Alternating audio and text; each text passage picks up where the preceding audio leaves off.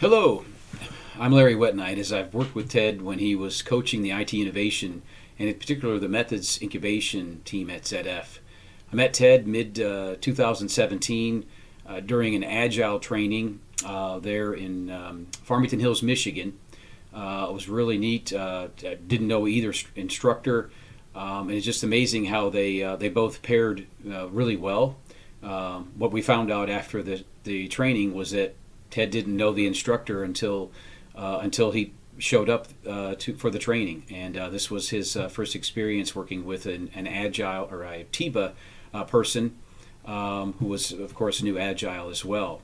Not in the sense of flow, but in that regard. I remember Ted bringing a stack of books in the training, and that was actually never seen someone do that before. It was a pretty large stack, and what was interesting is I remember Ted could pretty much quote anything out of each book. And as most of you out there would probably know or recall, Ted was a bookworm. And additionally, I attended the FCP training with Ted back in 2018. Also, to give some little bit background, Ted was working and coaching the methods incubation team as part of the IT innovation work stream within ZF to start the transformation or agile transformation process. Which was what's interesting is that process continues on today and is well on its way. Thanks to Ted's coaching and his leadership ability. One of the things that I reflect on during the past when Ted wanted to have these 6 a.m. meetings. I'm not sure if any of you have had those, but Glenn Nagori and myself would meet with Ted at Zach's 24-hour restaurant in Plymouth, Michigan. I can still remember Ted getting 3 eggs and black coffee. And great time, really appreciated him being willing to meet that early and to coach us regarding agile methodologies, flow, and really organizational development when you think about it. Met with Glenn and myself there a number of times, but I also met Ted separately, and it was in those times that I really appreciated the one-on-one moments. Ted just kind of opening up, talking about things. One of the things that he talked about was his healing ministry that he used to have years ago, where he used to travel a lot, and some of you are very much aware of that.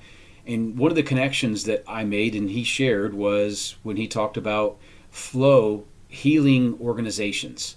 And else I remember him talking about was him playing basketball with Magic Johnson, playing against him in, I think it was high school. I can't remember if it was high school or college, but back in the day, he did play against Magic Johnson, and that's something I think he was very proud of.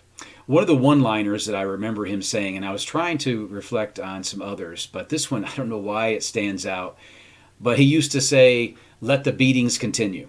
And Ted was referencing, of course, those old archaic organizations that still believe in command and control type chain of commands. And of course, that works against agile transformation or agile, and it works against flow.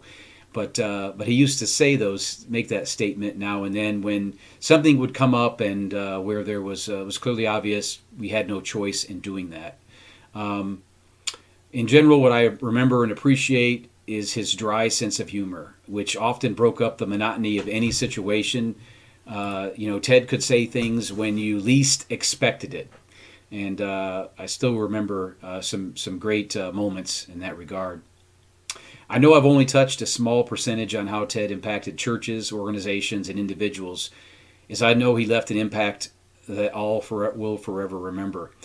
Thanks, Andrew, for letting me take the opportunity to share a little bit and to highlight memories of how Ted impacted myself. To Claudia and the family, I wish you a wonderful time of reflection as well as a Merry Christmas.